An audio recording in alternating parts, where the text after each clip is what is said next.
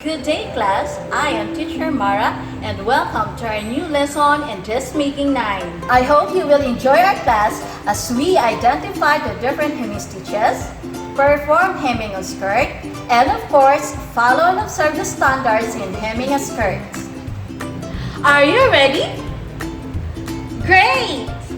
Have you experienced wearing too short or too long skirt? How does it feel? Yes, you feel uncomfortable and uneasy.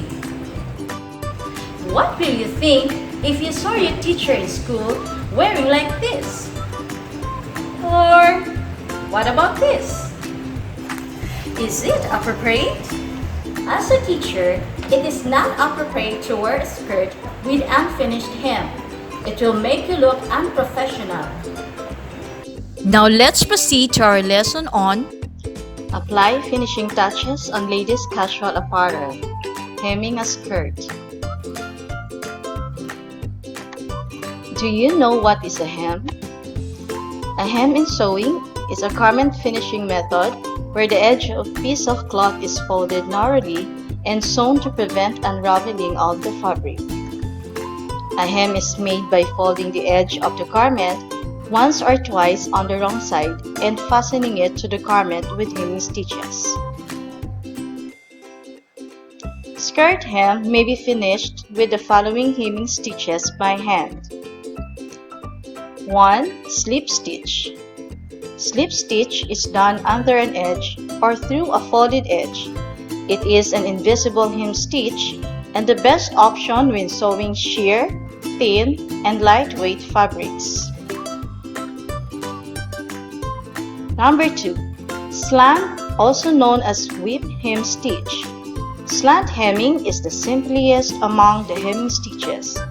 It is made up of short diagonal stitches along the edges of two fabrics. It is also for fastening bands, binding, and cuff. Catch stitch. Catch stitch is used to hold the raw edge of the interfacing and place along fold lines.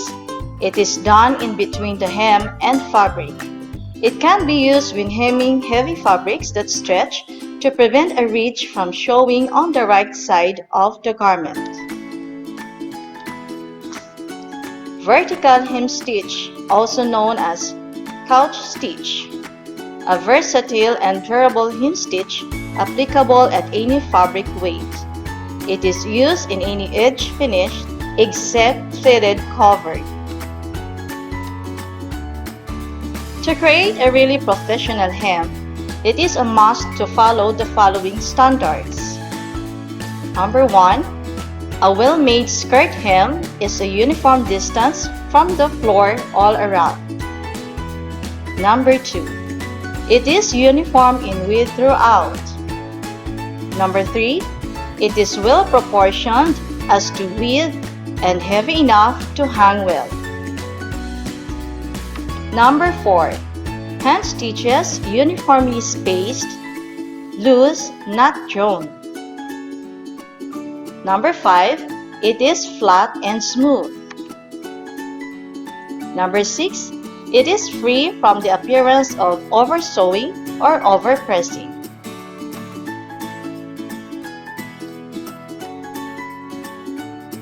The tools and materials needed for hemming the skirt are the following: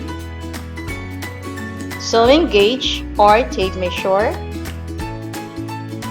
tailor's chalk pencil, pins, shear, hand needle, thread. Take note, the color of the thread should match with the color of the fabric. Ironing board. This tool will be used in pressing the hemline together with the flat iron. So of course, the flat iron will be used to remove creases and wrinkles on your fabric. Let us now proceed to the steps in hemming a skirt. For today's lesson, I am going to demonstrate the very basic and simple turn-up hem. Before hemming the skirt, determine first the hemline. Always consider the fashionable length for the type of garment and adapt it to your own proportions, shape of legs, and weight and fullness of the skirt. Step number 1. Marking the hemline. Put on the skirt over appropriate undergarments. Wear shoes that go with it.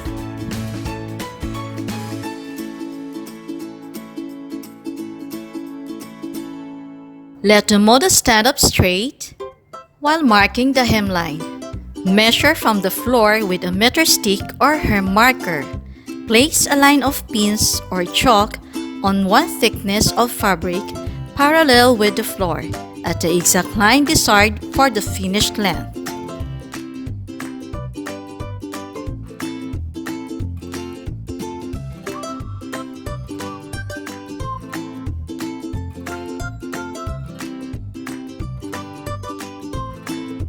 Remove the skirt. Place the skirt flat on the table. With the use of a sewing gauge or tape measure, measure and mark the hemline. Step number 2. Fold and press the hem from the right side to the wrong side along the marked hemline.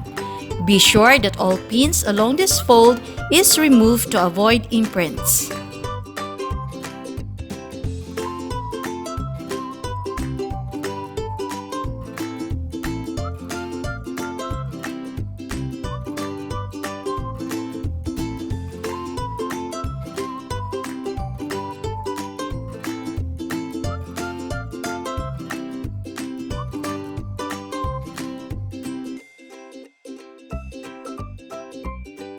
Step number 3.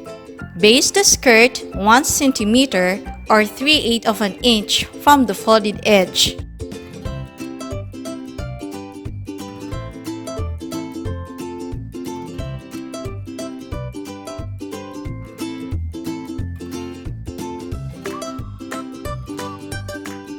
Step number 4. With the use of a sewing gauge or tape measure, mark the width of the hem all around. Take note, for a straight hem garment, the hem width is up to 3 inches. For flared hem, 1 1/2 inch up to 2 inches. Since the skirt is flared, I will be using a 2 inches width of hem.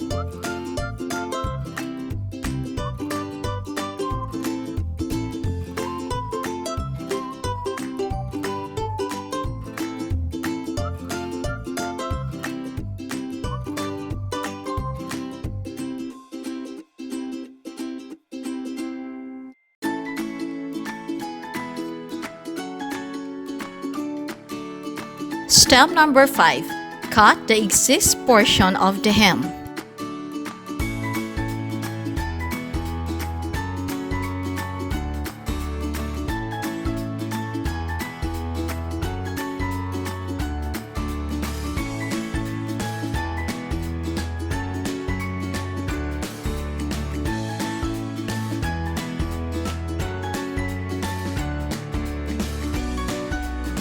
Remember, mark 1/2 inch from the edge of the hem, then fold under and press.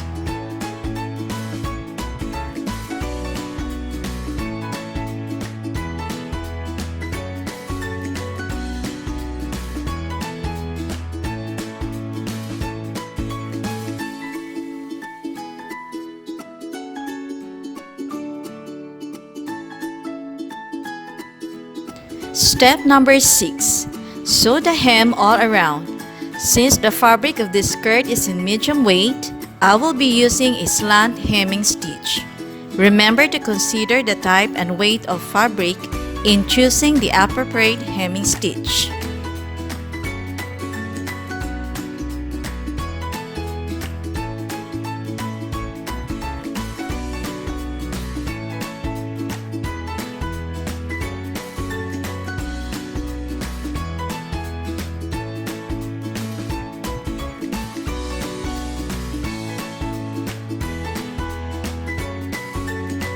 Now that you have learned how to hem a skirt, I believe you are ready for a new challenging task.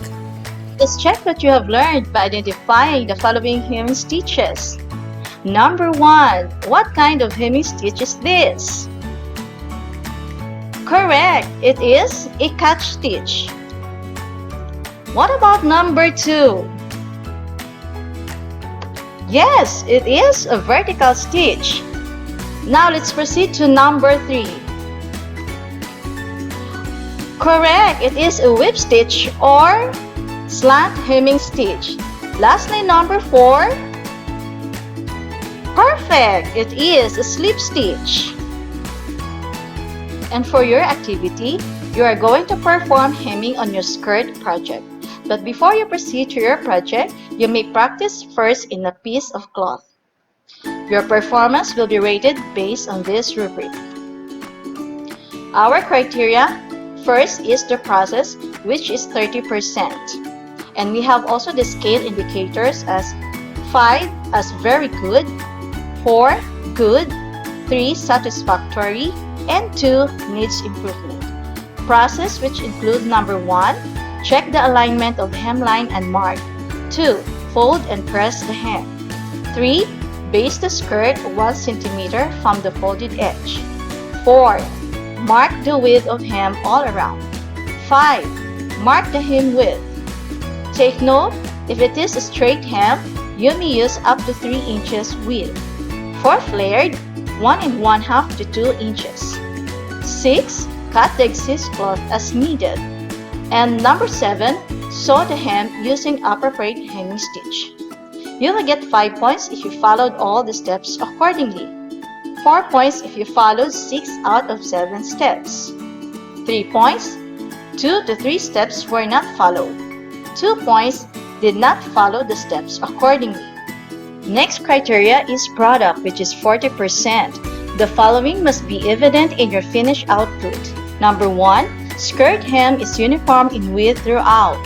2. Well proportioned as to width and hem width. 3. Stitches are uniformly spaced, loose, not drawn. 4. Flat and smooth. 5. Not oversewed, not overpressed. You will get 5 points if you satisfy all the given indicators. You will get 4 points if you satisfy 4 out of 5 indicators. You will get 3 points if you satisfy only 3 out of 5 indicators, and 2 points if most of the indicators are not met. Next criteria is work habits, which is 20%. This includes number 1, utilize the tools correctly. 2. Use the materials efficiently. 3. Maintain cleanliness and orderliness in the working area.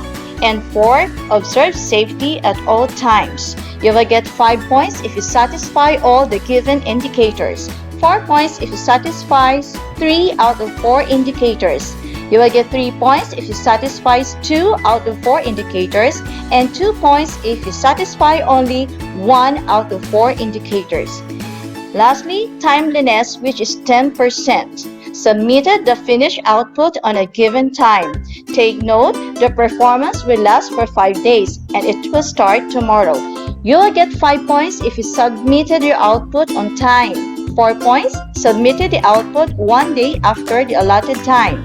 3 points, submitted output 2 days after the allotted time.